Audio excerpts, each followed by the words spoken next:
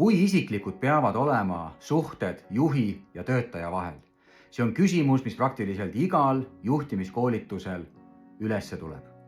Paljud juhid eelistavad hoida teatavat sellist mulli enda ja töötajate vahel. Mõnes mõttes muudab see olukorra turvalisemaks. Ma ei pea kellegagi minema liiga isiklikuks, mistõttu mul on lihtsam langetada otsuseid, mul on lihtsam anda tagasisidet, mul on lihtsam nendega koos töötada. Aga samal ajal on juhid hädas sellega, et inimesed võtavad teatud asja isiklikult.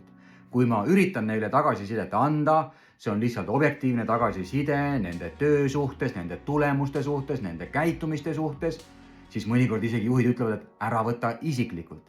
Aga kuidas ma saan seda mitte isiklikult võtta, kui tegelikult see tagasiside on ju isiklikku laadi. Minu areng on isiklik, minu tööga hakkama saamine on isiklik. Need põhjused, miks ma midagi teen, need on isiklikku laadi.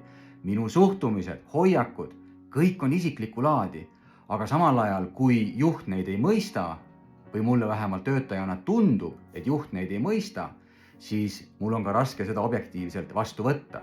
Sest võib-olla ma tahaksin, et juht näeks natuke suuremat pilti, et ta mõistaks paremini, miks ma nii käitun, mis on selle tegelikud põhjused, mis on see sügavam osa selles kõiges, miks ma nii käitun. Aga kui ma tunnen, et tegelikult juht selle vastu huvi ei tunne, ta tahab hoida selle suhte hästi pinnapealse, räägime ainult tööst, räägime ainult projektidest, räägime ainult tähtaegadest, aga me ei räägi kunagi üksteisest, me ei räägi kunagi sellest, mida me sügavamal tasandil mõtleme, arvame, tunneme, sellepärast et juhi arvates see läheb liiga isiklikuks ja selliseid isiklikke asju ta ei peaks oma töötajatega rääkima, siis loomulikult tekibki juhi ja töötajate vahele psühholoogiline distants ja hakkabki pihta selline nähtus nagu kunstlik harmoonia.